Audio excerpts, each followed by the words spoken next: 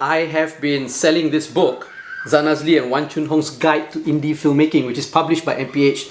For a while now. It's a really good book if you want to be a filmmaker, whether it's for YouTube, social media, TV, film, cinema, whatever. This is the book to get. I'm going to make it more accessible and more affordable to all of you because I believe that everybody needs to become a filmmaker. The more filmmakers we have in the world, I think this world will be a better place to live in. Now it's available as an electronic book download on my website. I'm going to link it here. It's really cheap, it's really affordable. It's only 5 ringgit if you want to get the ebook version. Okay, 5 ringgit. It doesn't really cost much, right? It's just a little bit of something for me. I mean, it did take a lot of work to write. Each chapter of this book talks about one part of the filmmaking process. And for each chapter as well, I interview a local filmmaker. It's only 5 ringgit. It's only 5 ringgit.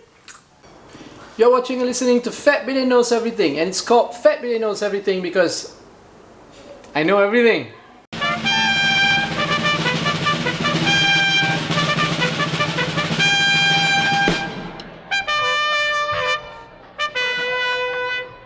Okay, this week, what I want to talk about is the issue of education and why can't schools remain open even under a lockdown? This week's episode is brought to you by Frosties. Great!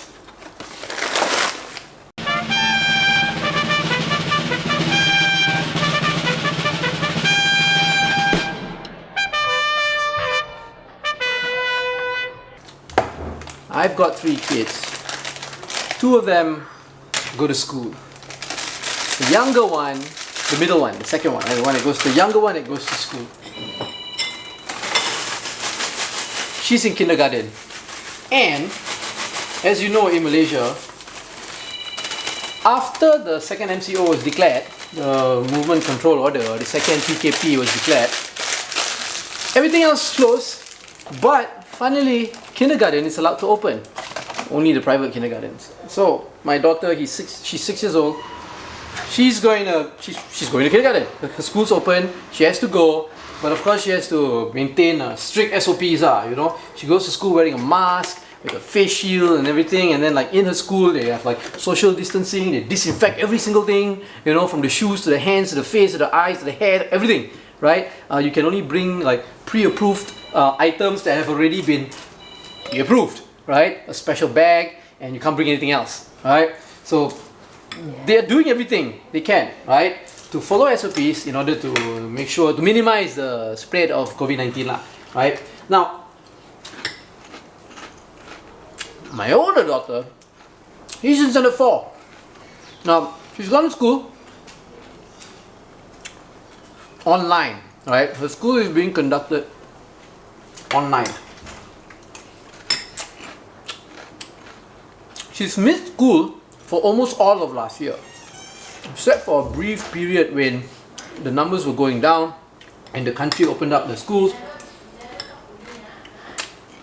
And there was the RMCO, the Recovery Movement Control Order, or PKPP, pemulihan, right? So they opened schools for a short while and they practiced like very strict SOPs as well. Like there was social distancing, each class can only have a certain number of students, scan temperature, everything, right? It was going well, and then the numbers started going up again, thanks Sabah election, right? After the Sabah state elections, numbers went up again, MCO again, and here we go, second MCO, schools are closed again. And she was supposed to start school already in January 20th, right? The Ministry of Education said they were going to start schools. But then after that, we went, bought uniforms, bought new shoes and everything. MCO, no more school. Now, I'm thinking, right? What's happening with the education system in Malaysia right now because of the pandemic? Right? What are the effects? I'm going to be honest. When my daughter was going to standard 3 last year, and they were having all these online lessons, right? There really was nothing. Not a lot of learning was happening.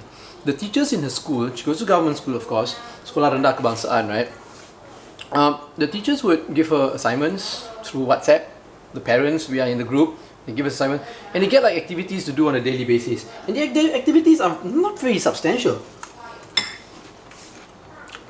1-2 pages of like workbook, and that's it, right? There weren't really any online classes where the teacher interacts with the students. Maybe a little bit, 1 or 2 here and there, but not substantial enough to replace the entire year, entire school year, right? Now she's in Standard 4, and the Ministry of Education has launched this PDPR thing, this home-based learning and teaching, right? And when she started the online school, okay, it looked like it was a little bit more systematic. There were actually online classes depending on the different subjects. The teachers would come in, like hold the classes on Google Meet, and it's really like a class, right? I mean, I teach in university and colleges, and that's what I do as well. We actually conduct the class, and the teachers are doing that. So I see it as a big improvement from the online classes that were done, online lessons that were done last year. Big improvement, right? It's a big improvement. There were teething problems in the first few days, because I remember like one of the classes that my daughter had, the teacher wanted to fit in the entire Standard 4 into that one class, and they gave out the links and all that, and then when the class started, then they realized Google Meet couldn't handle more than like I think 100 students or something. There was a limit to the number of students, and so many couldn't get in, including my daughter, right? So the teacher had to send another link and have another class in the second half of the day.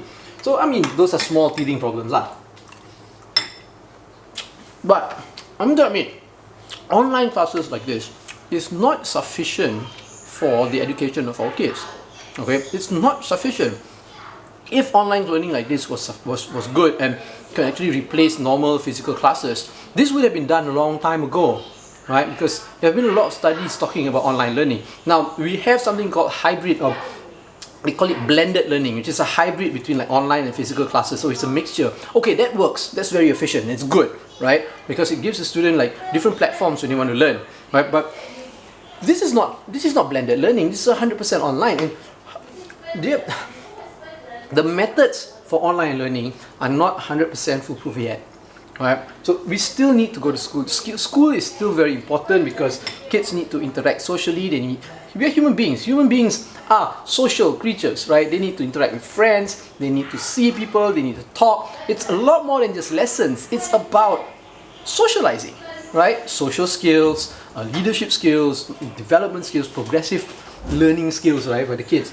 So without having any schools operating like normal, there's a big disadvantage to our kids, right? Big disadvantage. They're losing out a lot.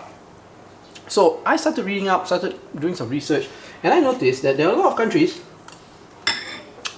who have had high numbers of infection, and they had to implement lockdowns, like full lockdowns, but still managed to keep their schools open, right? A lot of the countries tend to be in Europe.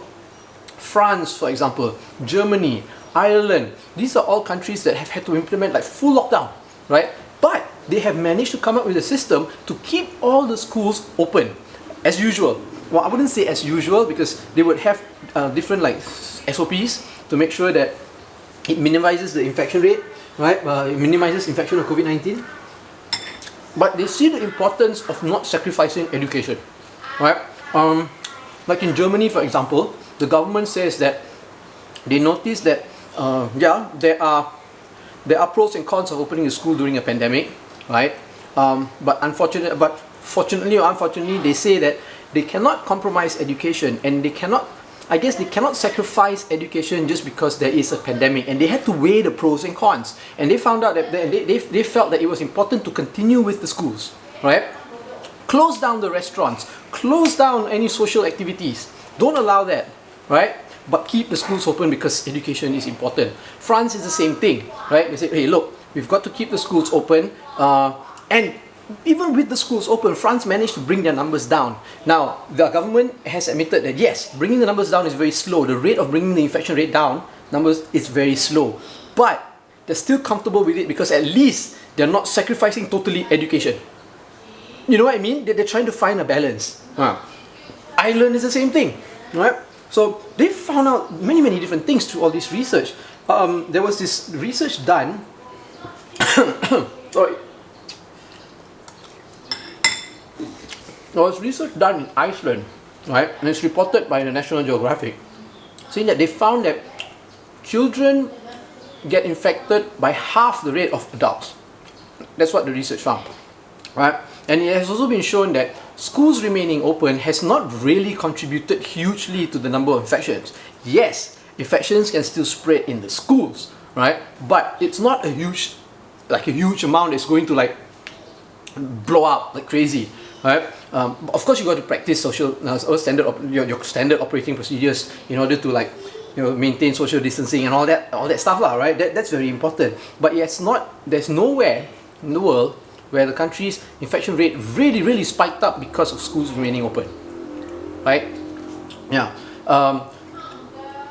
And because of this, right, all these governments have decided that they are able to balance it out. Now, maybe Malaysia, the Ministry of Education in Malaysia, can learn a thing or two. Study what these countries are doing.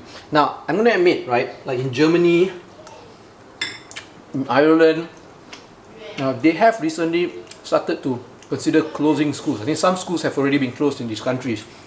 But even so, like in Germany, for example, they're still not shutting down the discussion of how to find a way to remain open. Okay, they're still fighting for it. Ireland, some schools are still open, like special schools, alright, they feel the need to keep these schools open are still there, right? So even though they're closing some schools, they're still trying to find a way to keep it open. So I think we need to do that too in Malaysia. Because we are already sacrificing so much because of this pandemic. People are losing jobs, the economy is suffering, right? We need to prioritize something lah. Education for our youth is actually very important lah. Okay? So that is what I'm throwing it out there. Is there a way for Malaysia to even be in full lockdown, but still find a way to keep the schools open? Okay? Yeah, the New York Times have reported different studies to show that what I talked about just now lah, right? The infection rate in the schools does not really contribute much. It can, but not much, right? So yeah, study it. So I think that's very important. Now that brings me to the part where I highlight something that I find interesting. So because we're talking about education, I want to talk about an initiative that was started by the former Minister of Education and the current MP for Simpang Renggam, who is an independent, Dr. Mazli Malik. It's called Untuk Malaysia. It's an initiative where he's trying to get funds from the public, right, to help underserved students. People who are underprivileged, students who come from underprivileged families, who don't have access to the right resources to continue with online schooling and all that, because there are a lot, right? There are a lot in Malaysia. And that's another thing. If we continue to have all these online schools, the infrastructure is not great. There are a lot of underserved students who don't have access to the internet, who don't have access to laptops, who don't have access to computers and phones and all that. So they get left behind. Right? So he's starting this initiative where we can actually donate money and all that so that there will be resources for these underserved students. I'm going to link it here, right? They have different tiers of how you want to help out, right? I think it's a good initiative. We should try to contribute the best we can. And what I'm going to do is, earlier on, at the beginning of this video, I had my advertisement for my online book, my PDF version of my guide to independent filmmaking book, right? I'm selling the online guide, the online version, for 5 ringgit. Only 5 ringgit. So for the entire month of January and February, any sales made from that book, right, Guide to Independent Filmmaking, every single sale, every single ringgit that I get from selling this book between now until the end of February and the whole of February, I'm going to contribute. Okay, I'm going to contribute to Untuk Malaysia. Okay, yes, I'm going to put that aside, contribute to Untuk Malaysia. So help out. Right, just help out. It's just a little, it's a small thing that you can help out. So let me know what you think about education in Malaysia. Let me know what you think about the schools remaining open. Can we find a way to balance it out? And what is your priority, when it comes to all these kind of things? I'm interested to know, so do comment below, right? So that's it. That's it for me from this week. Please follow all our social media platforms at sorry, this good frosties. Great. Follow us on all our social media platforms at Bidin, or go to fatbidin.com to get everything. You've been watching and listening to Bidin Knows Everything. I've got 3 kids, 1 wife, and me to support. So you've got to, like, you know, help fund my life. So you actually can go to the Fat Bidin e-store, right? I'm gonna link it below. Right? And you can get actually like Fat Bidin merchandise, right? And most of it are, well, actually books. I used to sell DVDs and films and all that, but hey, everything's available on YouTube now. So now if you want to get Fat Bidin merchandise, it's mostly books. So I've got books here. See, like this book. This is called The Adventures of a KLite in Afghanistan. It's a graphic novel. See, graphic novel which I wrote and illustrated with my buddy Apan, right? It's a non-fiction one. It's about my time in Afghanistan shooting a documentary for a month when I was there. See, I'm a war journalist, right? So it's a really good book, right? I've got this non-fiction novel. It's called Operation Nasi Kerabu, Finding Patani in an Islamic Insurgency. This book I wrote because I spent some time in southern Thailand where there's a war there. You all know there's a war there, right? In Patani, right? I shot a documentary there which was banned for broadcast, but hey, they allowed me to publish a book. And if you get the book, there is a QR code at the back, right? There's a QR code at the back which allows you to watch it for free online. Oh, where's the QR code? Where's the QR code? Ah, there's the QR code, right? It's online, meaning you scan the QR code, you go to my YouTube channel. Okay, I've got another book. This is called Journo Dad, The Chronicles of a Journalist Who Happens to Be a Father. It's a compilation of my articles, my column when I was writing for the Malaysian Insider. It's all about like me being a journalist and raising a family at the same time. It's really funny. It's funny. My best-selling book, Liberal, Malay and Malaysian, Writings of a Walking Contradiction. This is a compilation also of my column in the Malaysian Insider. This one focuses more on like politics, race, demonstration, democracy and religion and things like that. It's funny too. All my books are funny because I'm a funny guy, right? Yes, I am. And if you like films, I sell this book. See, I wrote this book with my buddy Wan Chun Hong. It's a guide to filmmaking, indie filmmaking. Every chapter talks about one aspect of filmmaking, and every chapter also interviews one like a really prominent Malaysian filmmaker. It's really good. You can get all these books at the Fat Bidin e-store. Come on, feed my kids.